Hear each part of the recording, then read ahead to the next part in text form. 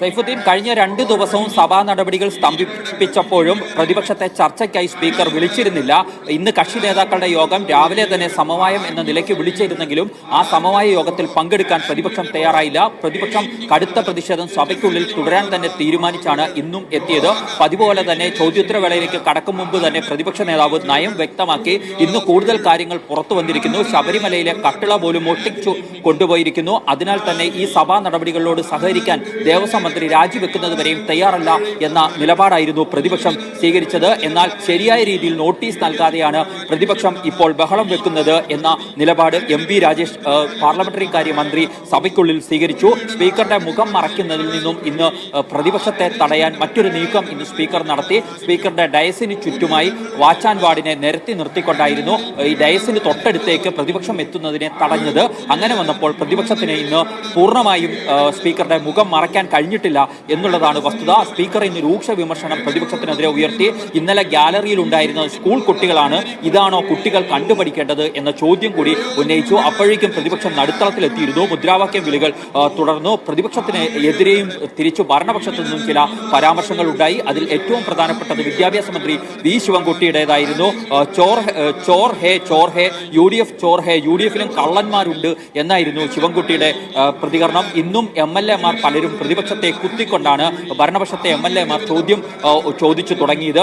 M vigil UDF ജനാധിപത്യ വിരുദ്ധ നിലപാട് സ്വീകരിക്കുന്നു എന്ന് ചൂണ്ടിക്കാട്ടുകയുണ്ടായി. സേവ്യർ ചിറ്റിലപ്പള്ളി സഭ തടസ്സപ്പെടുത്തി അതിൽ ആഹ്ലാദം കണ്ടെത്തുകയാണ് പ്രതിപക്ഷ നേതാവ് എന്ന് പറഞ്ഞു. സഭയിൽ പ്രതിപക്ഷ നേതാവ് ചിരിച്ച് കളിച്ചിരിക്കുകയാണ് എന്നായിരുന്നു സേവ്യർ ചിറ്റിലപ്പള്ളിയുടെ പരിഹാസം. ഒപ്പം PA മുഹമ്മദ് റിയാസും പ്രതിപക്ഷത്തിനെതിരെ ഇന്ന് ചോദ്യങ്ങൾക്ക് മറുപടി നൽകി ആഞ്ഞടിച്ചു. ലെവൽ ക്രോസ് പോലെ പ്രതിപക്ഷം വികസനത്തെ തടസ്സപ്പെടുത്തുകയാണ്. തുടർച്ചയായി സഭ തടസ്സപ്പെടുത്തുന്ന പ്രതിപക്ഷ നിലപാട് തെറ്റാണ് എന്നായിരുന്നു മുഹമ്മദ് റിയാസിന്റെ വാദം. ഇന്ന് ഞങ്ങൾക്ക് സ്പീക്കറുടെ മുഖം കാണാൻ പറ്റുന്നുണ്ട്, മൊത്തത്തിൽ പ്രതിപക്ഷത്തിന് ഇന്ന് തടസ്സപ്പെടുത്താൻ കഴിഞ്ഞിട്ടില്ല എന്ന കുത്തുകയും ചെയ്തിട്ടുണ്ട്.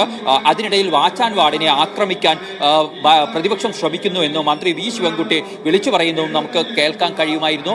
ശിവൻകുട്ടി പലപ്പോഴും സഭയ്ക്കുള്ളിൽ പ്രതിപക്ഷത്തെ പ്രകോപിപ്പിക്കാൻ ശ്രമിക്കുന്നുണ്ട്, ബാനർ ഉയർത്തിപ്പിടിക്കാനൊക്കെ ആംഗ്യം കാണിക്കുന്നുണ്ട്, സ്പീക്കറുടെ മുഖം മറയുന്നില്ല എന്ന നിലയിൽ അങ്ങനെ ഭരണപക്ഷത്തു നിന്നും പ്രതിപക്ഷത്തെ പരമാവധി പ്രകോപിപ്പിക്കാനുള്ള നീക്കങ്ങളുണ്ട്. പക്ഷേ പ്രതിപക്ഷമാവട്ടെ തങ്ങളുടെ നിലപാടിൽ ഉറച്ചു നിൽക്കുകയാണ്. സഭാ നടപടികളോട് ഇന്നും അവർ സഹകരിക്കുന്നില്ല.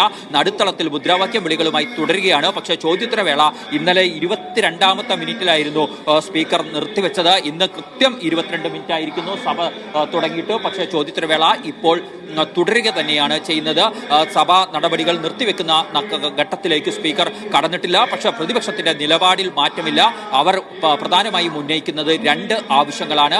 അതിൽ ഏറ്റവും പ്രധാനപ്പെട്ടത് ദേവസ്വം മന്ത്രി VN വാസവന്റെ രാജിയാണ്. മറ്റൊന്ന് തിരുവിതാംകൂർ ദേവസ്വം ബോർഡിനെ ആകെ പിരിച്ചുവിടണം എന്ന ആവശ്യം മുന്നോട്ട് വെക്കുന്നു.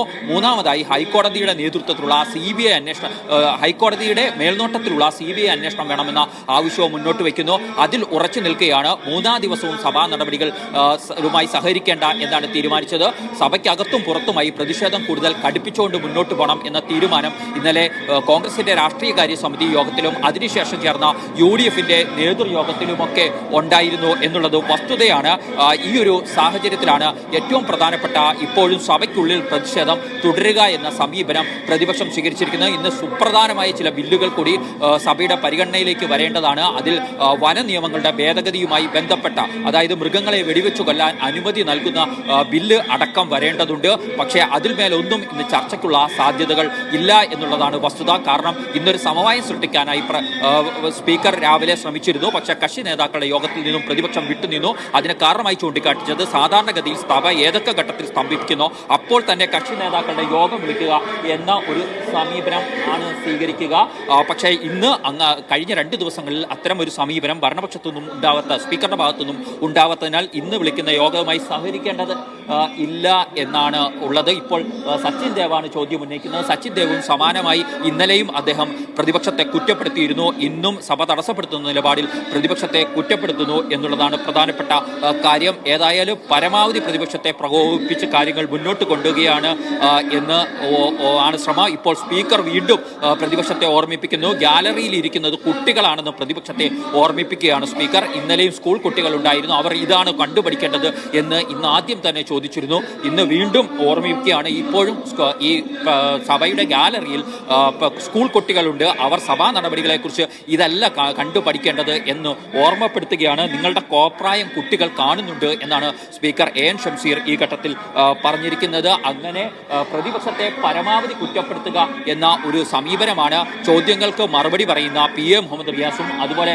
സ്പീക്കർ എൻ ഷംസീറും ഒക്കെ സ്വീകരിക്കുന്നത്. ഇന്ന് തന്ത്രപരമായ ഒരു നീക്കം സഭയ്ക്കുള്ളിൽ നടത്തി എന്നുള്ളതാണ് ഭരണപക്ഷം. അത് വാച്ച് ആൻഡ് വാർഡിനെ നിരത്തിക്കൊണ്ട് സ്പീക്കറുടെ ഡയസിന് തൊട്ടടുത്തേക്ക് എത്തി സ്പീക്കറുടെ മുഖം മറച്ചുകൊണ്ട് സഭാ നടപടികൾ തടസ്സപ്പെടുത്തുന്നത് ഒഴിവാക്കാൻ ഇന്ന് ഭരണപക്ഷത്തിന് കഴിഞ്ഞിട്ടുണ്ട്.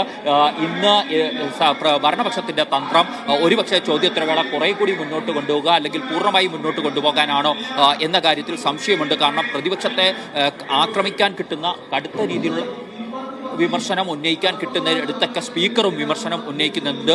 അത് ഗാലറിയിലുള്ള സ്കൂൾ കുട്ടികളെയും അടക്കം ചൂണ്ടിക്കാണിച്ചുകൊണ്ടാണ്. എന്തായാലും ഭരണപക്ഷം വളരെ തന്ത്രപരമായി തന്നെ നീങ്ങുകയാണ്. എന്നാലും ഈ പ്രതിപക്ഷ ബഹളത്തെ ഗൗനിക്കാതെ തന്നെ ചോദ്യോത്തരവേളയുമൊക്കെയായി മുന്നോട്ട് പോകുന്നുണ്ട് പ്രതിപക്ഷം. അതേസമയം വാച്ച് ആൻഡ് വാർഡിനെയൊക്കെ നിരത്തി പ്രതിപക്ഷത്തെ കുറച്ചുകൂടെ ഇന്നലത്തെക്കാൾ കുറച്ചുകൂടെ പ്രതിരോധിക്കാൻ ഭരണപക്ഷത്തിന് കഴിഞ്ഞിട്ടുണ്ട്.